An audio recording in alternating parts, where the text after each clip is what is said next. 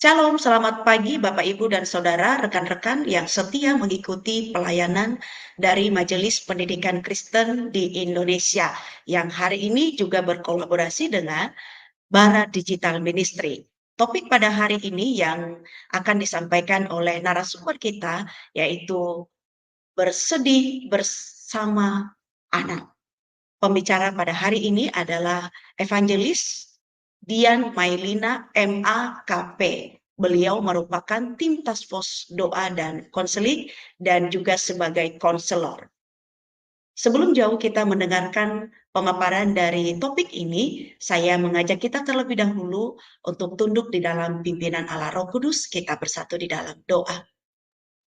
Bapa di dalam surga, kami mengucap syukur Tuhan, Engkau baik bagi kami, dan Tuhan sudah menuntun kami pada hari ini, khususnya di dalam pelayanan live streaming dari Task Force Doa dan Konseling Majelis Pendidikan Kristen di Indonesia yang berkolaborasi dengan Bara Digital Ministry. Tuhan, kami mengucap syukur untuk pelayanan ini, ada begitu banyak materi dan wawasan yang boleh menambah pengetahuan kami melalui pembicara-pembicara yang berkompeten di bidangnya. Khususnya pada hari ini kami bersama-sama dengan Evangelis Dian Mailina yang akan berbagi materi. Kami berdoa kiranya Tuhan yang mengurapi hamba-Mu di dalam perkataannya, di dalam materi yang sudah dipersiapkan menjadi berkat bagi setiap pendengarnya pada pagi hari ini, baik itu para orang tua, baik itu para pembina rohani anak-anak, dan bahkan guru-guru, setiap yang mendengarkan boleh diingatkan dan dikuatkan bagaimana kami harusnya berlaku sesuai dengan firman Tuhan kepada anak-anak yang kami layani. Terima kasih Tuhan, demikian waktu ini kami serahkan semuanya di dalam pimpinan Allah Roh Kudus dalam nama Tuhan Yesus Kristus. Amin. Baik, saya langsung saja kepada Evangelis Dian. Shalom Ibu Dian. Shalom Ibu Ena, apa kabar? Puji Tuhan, baik Ibu. Saya persilakan Iya, waktunya Bu. terima kasih Ibu Ena. Seperti yang tadi Ibu Ena sudah sampaikan, Bapak Ibu kita akan sama-sama melihat satu tema yaitu bersedih bersama anak. Saudara, setiap kita pasti pernah dong ya merasakan perasaan senang, perasaan sedih. Betul ya? Itulah ajaibnya Tuhan kita. Tuhan menciptakan kita, itu manusia bukan punya aspek tubuh, jasmani, tapi juga aspek emosinya ada. Sama seperti orang dewasa, anak-anak juga dapat bersedih, saudara. Namun dengan alasan yang mungkin berbeda dengan alasan kita bersedih yang sudah dewasa ini. Nah, penting buat orang tua itu perlu peka untuk membaca kesedihan anak dan mendampinginya pada masa-masa kesedihan itu. Saudara, interaksi yang penuh dengan empati itu pasti akan memberikan sebuah penghiburan dan juga kekuatan buat anak-anak melewati masa-masa pertumbuhan mereka. Mari kita mau lihat, apa saja sih yang biasanya membuat anak itu merasa sedih? Saudara, setidaknya yang membuat anak-anak sedih biasanya itu berkaitan dengan beberapa hal. Misal yang pertama, yaitu berkaitan dengan kehilangan. Seringkali kehilangan ini membuat anak bersedih, saudara. Contohnya apa?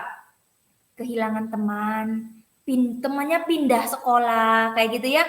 Walaupun anak itu masih TK, masih usia dini, tapi anak itu bisa merasakan kesedihan. Sudah nggak punya teman main, sekolahnya sudah berbeda, atau kematian dari binatang yang dia sayangi gitu ya. Itu juga bisa menimbulkan kesedihan. Atau bahkan saudara, kehilangan mainan yang menjadi kesayangannya dia. Dia sudah cari-cari, kok nggak ketemu, dia menangis, itu dia bersedih saudara, karena ada sebuah kehilangan yang bagi dia berharga. Nah, kalau ini kita orang tua berespon, misal ya, ini misal kita berespon seperti ini. Masa sih cuman mainan itu doang hilang kamu nangis? Ya sudahlah, nanti mama beliin lagi. Saudara, respon kita itu akan menjadi sesuatu yang bukan memberikan empati terhadap yang dia rasa berharga, tapi kita malahan menjatuhkan atau bahkan melemahkan dirinya dia. Saudara, bagaimanapun benda itu berharga buat dia, mainan itu berharga buat dia. Sama seperti kita, ketika kita kehilangan seseorang yang berharga, kita pun akan bersedih, bukan? Begitu juga dengan anak-anak. Kenapa? Karena itu adalah sesuatu yang berharga buat dia. Walaupun mungkin bagi kita yang udah dewasa nggak terlalu berharga. Beda, ada gap. Tapi kita mau berempati. Seterusnya saudara, anak-anak bersedih karena adanya kehilangan. Nah, ini dalam bentuk kehilangan kakek neneknya gitu ya. Sudah bertahun-tahun bersama-sama dengan dia, mendampingi dia, merawat dia, sekarang sudah nggak ada. Tentu anak akan sedih. Kakek nenek sudah menjadi bagian dalam kehidupannya. Jadi kehilangannya ada kehilangan sesuatu yang berharga, sesuatu yang dia sayangi, yang sudah memiliki nilai buat dia. Kehilangan salah satu orang tuanya, baik itu karena kematian ataupun karena perceraian. Tentu itu sangat membuat anak bersedih.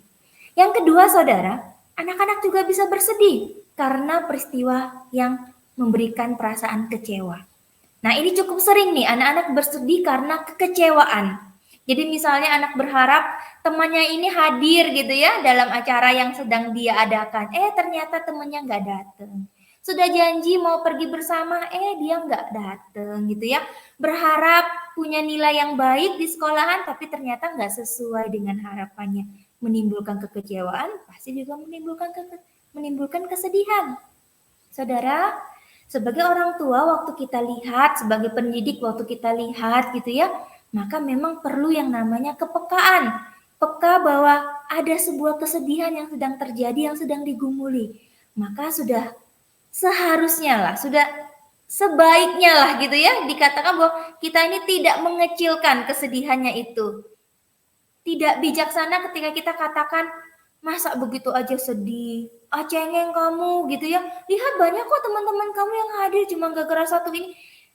Kita tidak dikatakan bijaksana ketika kita memperkatakan itu sebagai respon kita. Karena memang kenyataannya saudara, dia bersedih dan dia kecewa. Karena ada hal-hal yang dia harapkan, tapi mungkin belum terwujud. Yang ketiga, anak-anak juga bisa bersedih karena adanya penolakan. Misal, kalau anak-anak kecil gitu ya, tidak diajak main gitu. Atau kalau ada lomba apa, ada pertandingan apa, wah teman-temannya diajak, kok saya nggak masuk tim ya gitu ya. Jadi anak mendapatkan sebuah pesan penolakan dari situasi tersebut. Nah ini menjadi alasan juga anak bisa merasakan sebuah kesedihan. Mungkin bagi orang dewasa, hal ini pasti kita lebih bisa mengerti ya saudara, karena kita sering mungkin ngalamin ini. Kita berusaha untuk masuk ke dalam sebuah kelompok gitu ya, kelompok sosial. Kita mengharapkan kita diterima oleh kelompok itu, tapi ternyata mereka tidak terlalu menerima, sehingga kita merasa left out atau out group. Kita merasa tertolak. Saudara, itu juga yang dirasakan oleh anak-anak. Namun bedanya, kalau kita yang sudah dewasa, kita sudah bisa lebih merasionalisasikannya. Kita mungkin bisa lebih coba mempertimbangkannya. Oh mungkin ada hal ini, hal itu. Nah, anak-anak belum bisa untuk sampai kepada tahap itu. Bagian kita lah yang membukakannya ketika kita sudah menyampaikan empati kita. Dia tidak diundang, dia tidak diajak karena ada sesuatu hal yang mungkin anak-anak belum bisa lihat sisi itu, gitu ya. Yang terakhir saudara yang juga bisa membuat anak itu bersedih, tentu perasaan tersakiti. Wong kita juga orang dewasa kalau disakiti, kita juga akan sedih. Misal, perkataan yang menghina, permusuhan dengan teman, kritikan guru yang menjatuhkan martabatnya, orang tua yang tidak rukun, saling bermusuhan, itu bisa menjadi sumber kesedihan yang seringkali saudara tidak terungkapkan. Kenapa? Karena anak-anak menyembunyikannya. Jadi pertengkaran antara orang tua dengan anak sering membawa kesedihan pada anak. Saudara, pertengkaran papa mama, anak-anak mendengar, anak-anak melihat. Apalagi kalau pertengkaran dahsyat luar biasa gitu ya saudara, tentu hal itu akan sangat membuat anak tersakiti. Kenapa? Karena bapak ibu adalah orang tua yang berharga buat mereka, yang mereka sayangi. Hal itu menyedihkan hati mereka. Apalagi kalau kita ini dengan sadar melakukan hal-hal yang menyakiti itu. Ini sungguh ironis Bapak Ibu ya. Saudara, Ketika kita mulai peka bahwa anak kita bergumul dengan perasaan sedih, mungkin dia tampakkan gitu ya kesedihannya, ataupun kita diberikan kepekaan, kesensitifan saudara, maka bagian kita adalah memang kita janganlah sekali-kali meremehkan perasaan itu, melecehkan, menyepelekan perasaan anak ketika dia memang bersedih. Bagian kita adalah kita mesti mengakui bahwa inilah perasaan yang sedang anak rasakan. Setelah itu, kita dampingi dia. Apa saja yang dapat kita lakukan untuk bisa mendampingi anak-anak yang sedang bersedih? Saudara, setidaknya ada beberapa hal yang dapat kita lakukan untuk mendampingi mereka ketika mereka bergumul dengan perasaan sedih dengan alasan yang tadi sudah disebutkan. Yang pertama, saudara, yang mesti kita lakukan yaitu berempati dengan perasaannya. Ini yang saya ulang-ulang terus gitu ya. Saudara, berempatilah dengan perasaannya sedapat-dapatnya. Janganlah kita ini sekali-kali menyepelekan perasaan anak, perasaan sedih itu, saudara. Saudara, jangan kita katakan bahwa aduh hal itu doang, hal itu biasa kok sampai buat kamu sedih. Saudara, kita perlu peka, sekali lagi peka menunjukkan kepekaan kita. Kita tunjukkan kalau kita ini juga ikut sedih. Karena kondisi yang sedang dialami memang itu adalah kondisi yang menyedihkan. Siapa sih yang senang dengan penolakan? Betul nggak? Saudara, kita ekspresikan, kita tunjukkan bahwa kita berempati lewat ekspresi kita, bahasa tubuh kita, perkataan kita. Papa mama turut sedih, ibu guru turut sedih karena engkau sedang mengalami kondisi yang memang menyedihkan ya. Apabila misal kita ini nggak tahu dengan jelas apa sih yang buat anak kita ini sedih gitu ya, apa sih alasannya, maka kita boleh bertanya saudara, bertanyalah seperlunya, tapi bukan menginterogasinya gitu ya. Kita dapat bertanya bahwa apa ya yang sedang terjadi yang buat kamu sedang mengalami perasaan ini. Jika anak bercerita, kita bisa bertanya lebih lanjut. Namun jika anak tidak mau menceritakannya atau belum mau menceritakannya, dia diam, ya nggak apa-apa. Nggak apa-apa, kita juga diam. Kita berikan kesempatan, ruang dan waktu untuk dia bisa memproses perasaannya itu. Kita temani dia. Kita bisa katakan, ya papa mama juga sedih nih ya lihat kamu seperti ini. Kamu mengalami hal seperti itu pasti nggak enak ya. Ya nggak apa-apa, kamu boleh bersedih dulu. Nanti kalau sudah siap, papa mama siap untuk mendengarkan cerita kamu. Kita bisa berikan itu sebagai penghiburan buat mereka, bukan guruan. Jadi bukan menggurui, tapi kita menghibur. Kita sendiri, saudara, sebagai orang yang sudah dewasa, waktu kita sedih, pasti kita nggak ingin ya digurui, dinasehatin lagi gitu ya. Baik sama teman kita, sama pasangan kita, atau sama orang tua kita. Itu pun yang kita lakukan kepada anak kita. Berilah penghiburan, menghibur, bukan menggurui.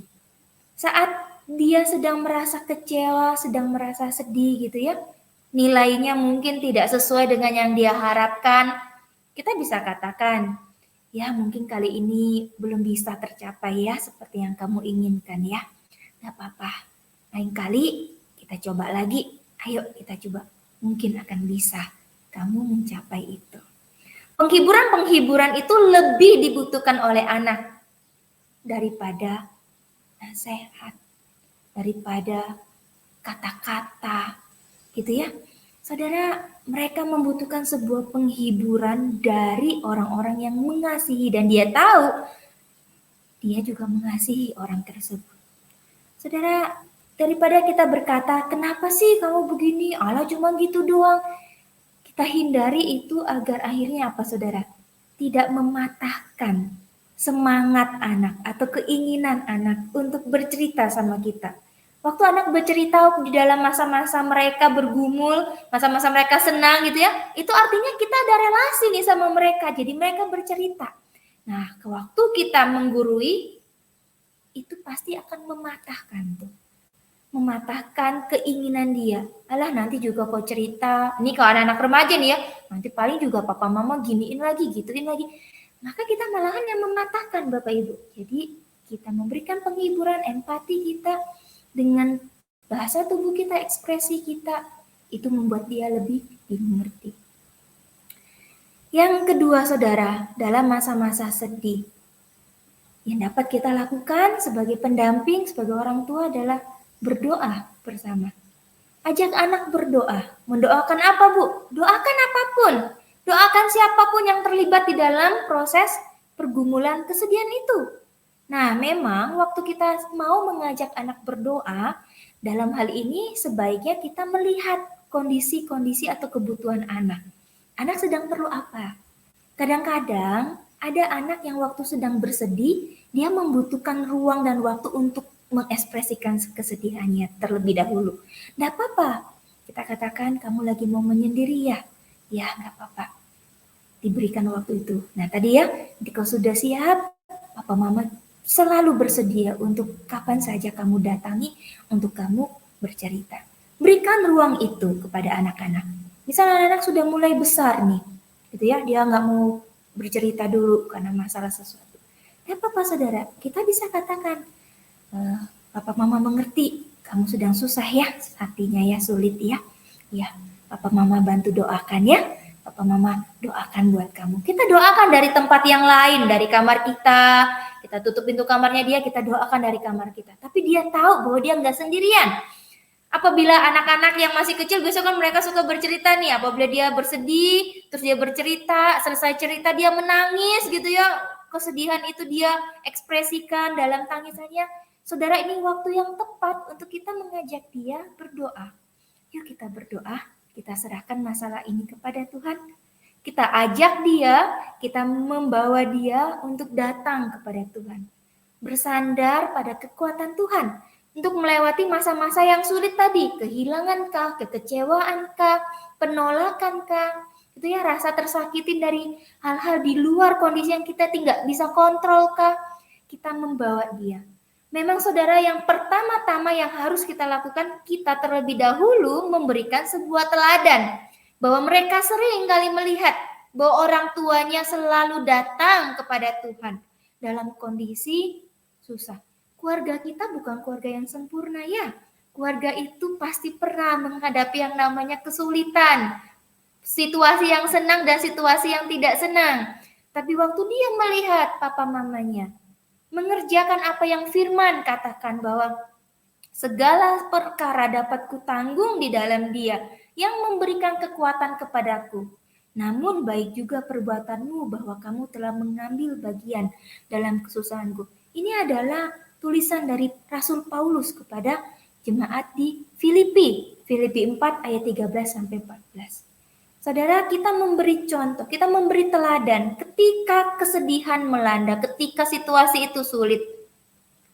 Kita datang kepada Tuhan, kita bersandar kepada Tuhan pada masa-masa sulit dan sedih itu.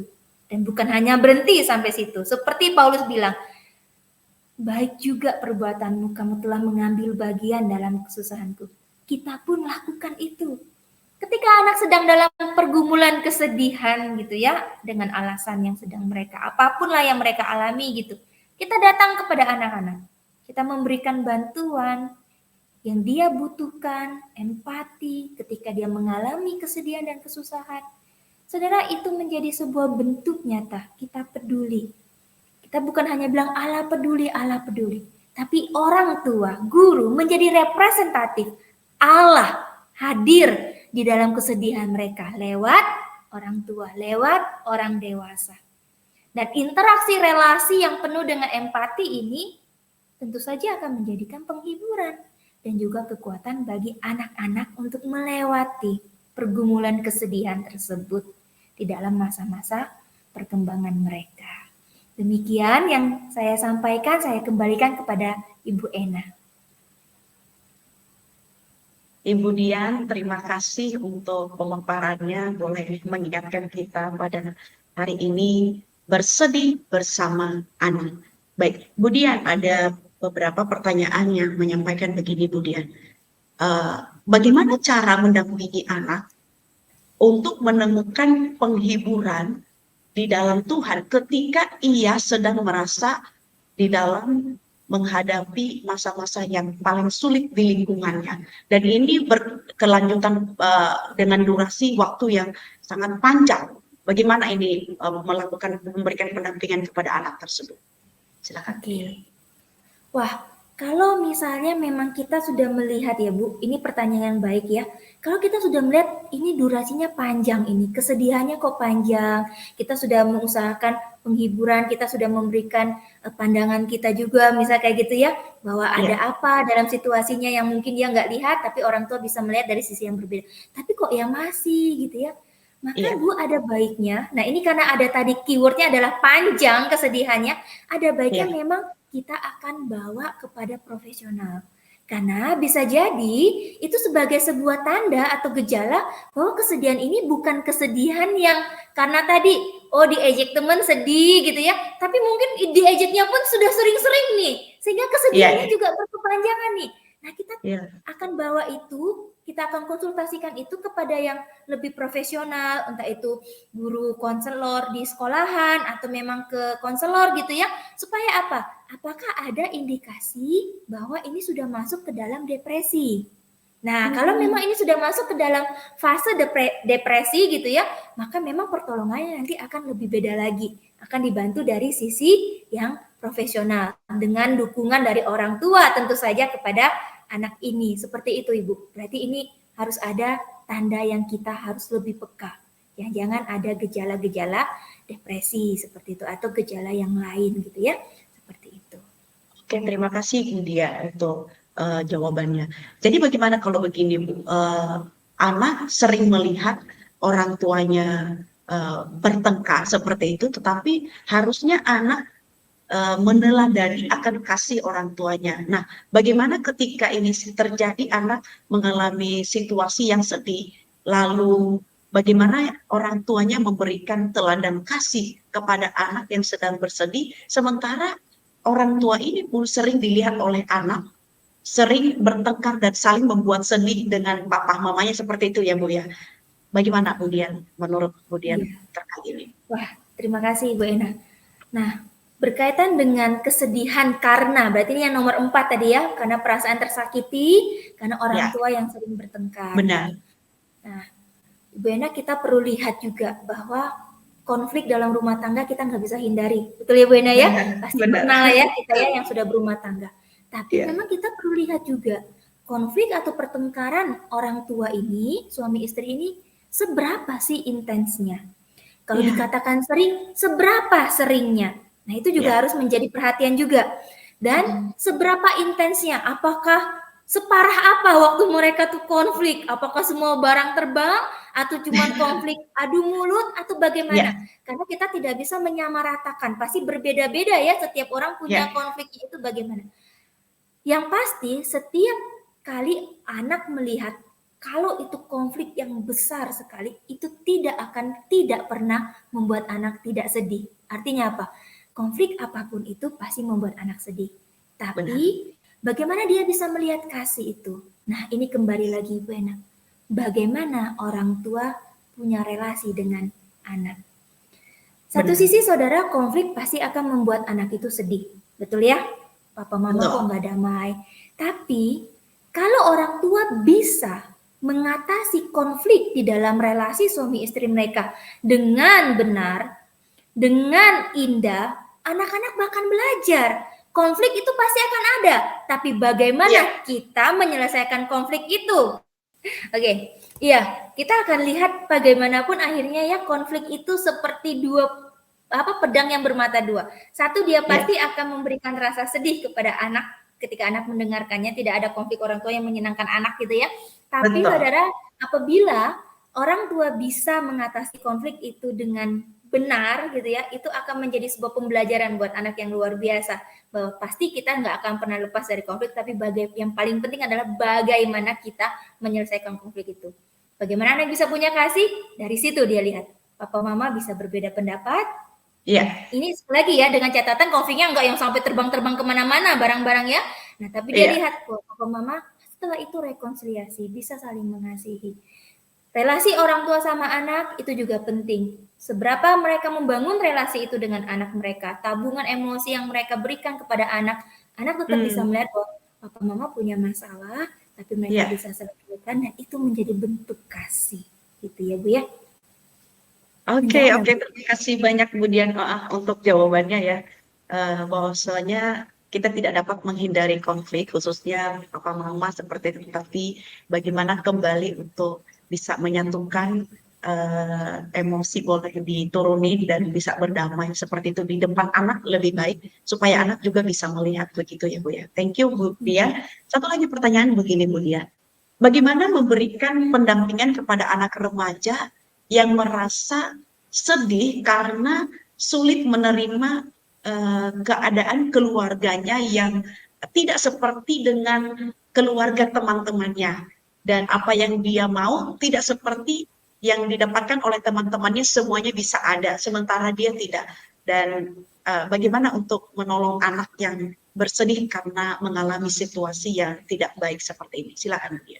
Pertanyaan ini Bu Ena, kita perlu melihat bahwa bagaimana dan apa yang menyebabkan anak ini kok merasa sangat mudah terbandingkan. Nah ini ya, kalau kita bilang membandingkan ini malah terbandingkan gitu ya. Iya. Tentu saja banyak faktor nanti ya. Apakah memang dari teman yang membuli gitu ya dengan Iya. kondisi dia, atau Iya. memang dari dia sendiri. Jadi apakah ini faktor eksternal atau faktor internal?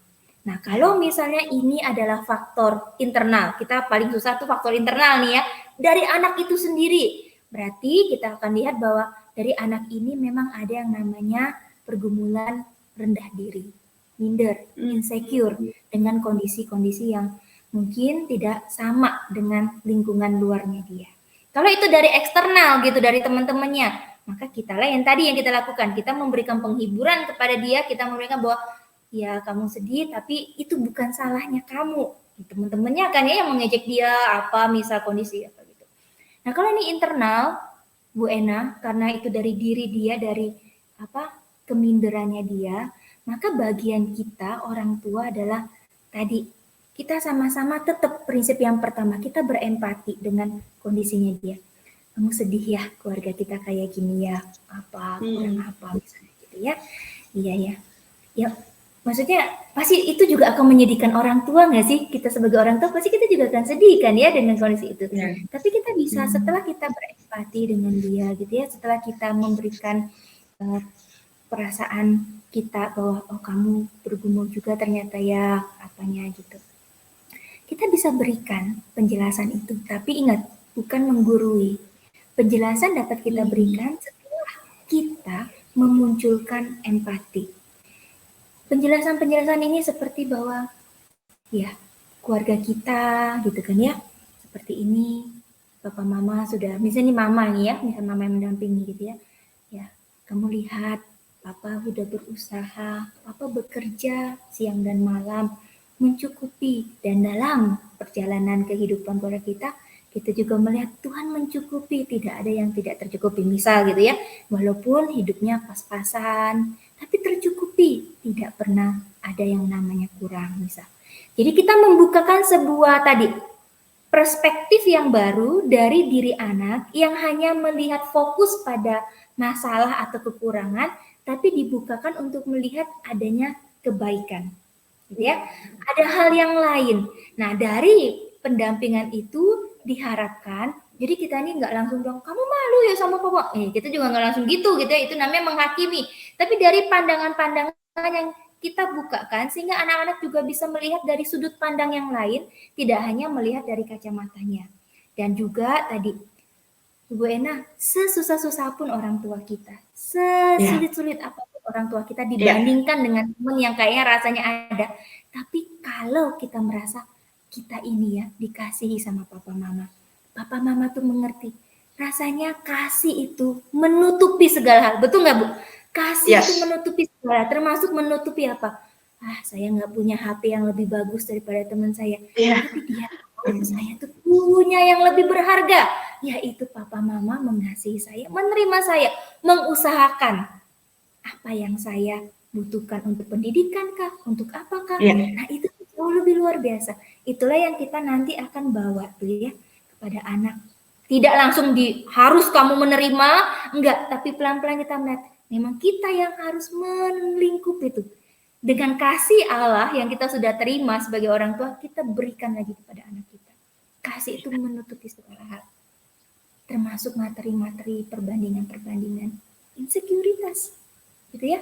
Kasih itu lebih berharga, lebih menghangatkan. Nah, itulah yang akan diusahakan oleh orang tua dalam kondisi seperti itu. Itu Bu, kalau menurut saya Ibu Ena. Terima kasih Bu Dian untuk jawabannya dan sangat terberkati sekali bahwa kita diingatkan sebagai para orang tua bahkan sebagai para pembina rohani juga buat anak-anak ini tidak hanya diperuntukkan kepada orang tua juga di dalam keluarganya, tentu juga sebagai pembina rohani di gereja atau di sekolah seperti itu. Setiap anak yang mengalami kesedihan kita juga boleh menaruh atau bersama-sama memberikan perhatian, memberikan dukungan dan memberikan penghiburan bagi anak-anak yang kita layani atau anak-anak kita sebagai orang tua. Kemudian terima kasih banyak untuk materi ini dan Bapak Ibu jikalau ada yang tidak mendengarkan dari awal atau tidak menyaksikan dari awal materi hari ini, silakan Bapak Ibu kembali nanti boleh mengunjungi YouTube dari MPK Majelis Pendidikan Kristen Indonesia, sebab di sana akan ditayangkan ulang dari awal, boleh Bapak Ibu menyaksikannya supaya utuh pemahaman dan terlebih-lebih menjadi menambah wawasan kita selaku orang tua atau sebagai pembina rohani untuk kita berikan kepada anak-anak kita yang kita layani. Baik Ibu Dian, sebelum kita menutup program ini, acara hari ini, jikalau ada closing statement dari Ibu Dian, mohon boleh disampaikan dan sekaligus nanti untuk menutup di dalam doa. Saya berikan Ibu Dian. Terima kasih Ibu Ena. Saudara, seperti tadi di dalam pembukaan saya, bahwa setiap kita pasti tidak akan lepas dari namanya pengalaman yang menyenangkan dan juga pengalaman yang tidak menyenangkan yang akan membuat kita sedih.